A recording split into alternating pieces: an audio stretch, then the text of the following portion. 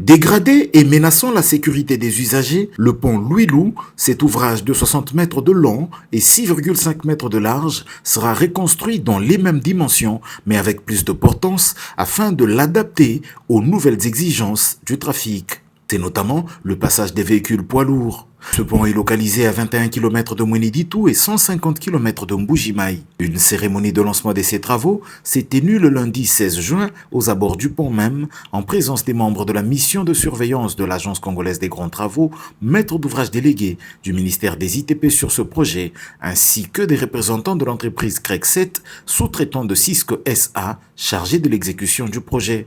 C'est le ministre provincial en charge des travaux publics, Jean-Anatole Chibangu de la province de la Lomami, qui a officiellement lancé ces travaux, annonçant les mesures d'accompagnement pendant la période des travaux. Parmi celles-ci, la suspension de la circulation sur le pont jusqu'au mois de juillet.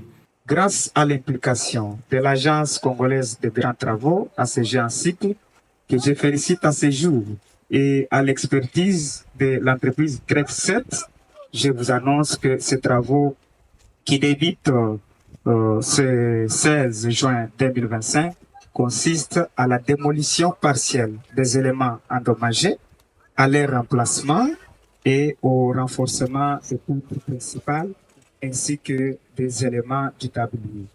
Ces interventions. Un appel a été lancé aux habitants et aux opérateurs économiques pour qu'ils prennent leurs dispositions, notamment les paysans de Chilomba, dont les champs se trouvent de l'autre côté de la rive. Des alternatives sont en cours des discussions afin d'assurer leur accès aux terres agricoles et éviter des pertes économiques. Prévu pour s'achever le 31 juillet 2025, ce chantier de 45 jours est financé dans le cadre du programme sino-congolais et s'inscrit dans la volonté du gouvernement de la République d'améliorer les infrastructures routières essentielles au pays. Construit dans les années 50, le pont Louis-Lou, situé sur la nationale numéro 1, avait atteint un niveau de vétusté critique.